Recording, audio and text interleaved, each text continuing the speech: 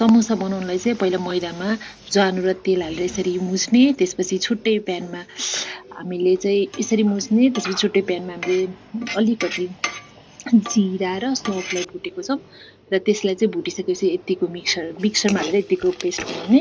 त्यसपछि एउटा कराईमा बदाम भुट्ने र त्यसमा चाहिँ म्यास आलु अनि प्याज अनि नुन मरमसला हालेर भुट्ने र त्यसपछि इमलीको अचार बनाउनलाई चाहिँ हामीले इमलीलाई चाहिँ यसरी पकायौँ। पहिला इमलीलाई मजाले उमालेर छोकडा त्यसरी निकाल्ने र अघिको त्यो आलुलाई चाहिँ जुन आलुको फिलिङ छ, समोसाको फिलिङ, त्यसलाई एकछिन त्यतिकै रहन दिने होइन, सेलाउन। त्यसपछि इमलीको तरकारी बनाएको इमलीको अचार बनाएको अचारको लागि चाहिँ हामीले भिरे नुन अनि मरमसला सबै हाल्नुपर्छ यसमा पनि र लास्टमा इमली हाल्नुपर्छ र यसमा चाहिँ यो चाहिँ यसलाई चाहिँ मजाले यसलाई चाहिँ पकाउनुपर्छ। पहिला सुरु यसमा चाहिँ पकाउनुपर्छ र फेरि हामीले चाहिँ अब तरकारी बनाउनलाई रेडी गर्छौँ। तरकारीको लागि पहिला अलिकति मेथी र जिरा हाल्ने, त्यसपछि यसमा तेजपत्ता पनि हालिदिने र हिङ थोरै हालिदिने अनि त्यसपछि चाहिँ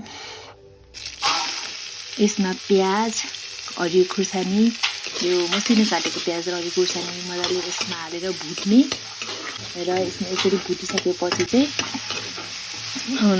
लसुन अदुवाको पेस्ट पनि हालिदिने र टमाटर पनि हालिदिने। त्यसपछि नुन, बेसार, भुटेको जिरा धनियाँको मसला हाल्ने। त्यसपछि उसिनेको मटर चाहिँ हामीले यसमा हालिदियौँ।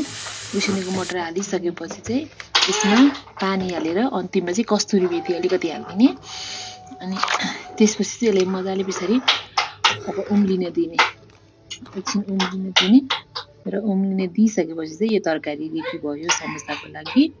र यतापट्टि चाहिँ यहाँनिर चाहिँ यो बदाम आलु हालेको समोसाको फिलिङ रेडी र यो पुदिनाको अचार र अनि इमलीको अचार पनि रेडीको छ। त्यसपछि हामीले चाहिँ त्यसलाई बेलेर अहिलेको डोलाई 15 मिनट रेस्ट गर्न दिएपछि हामीले बेलेर यसरी काट्ने। यसरी काटिसकेपछि चाहिँ अब चाहिँ यसलाई चाहिँ के गर्ने भन्दाखेरि हामीले चाहिँ अब यो त्रिकोण जस्तो आकारमा यसरी चाहिँ बेरेर अनि त्यसभित्र चाहिँ हामीले फिलिङ हाल्नु पर्यो। अघि समोसाको फिलिङ यसमा चाहिँ बदाम आलु प्याजहरू छ होइन, मरमसला। अनि यसलाई चाहिँ यो फिलिङलाई चाहिँ अब अलिकति पानी हालेर चाहिँ यसलाई चाहिँ बन्द गर्नुपर्छ होइन। पानी हालेर छेउमा पानी हाल्नुभएको छ, पानी हालेर यसरी यसलाई बन्द गर्ने, यसरी बनाउने। अनि यो तरकारी पनि रेडी भइसकेको छ। इमलीको अचार, यो चाहिँ पुदिनाको अचार हो अनि उता जिराको धुलो, यो चाहिँ यसरी अब यतिको भयो र अब यसलाई चाहिँ हामीले चाहिँ एयर फ्रायरमा पनि बनाउँछौँ। एयर फ्रायरमा राखिदिने, दुईवटा जति एयर फ्रायरमा राखेको छौँ र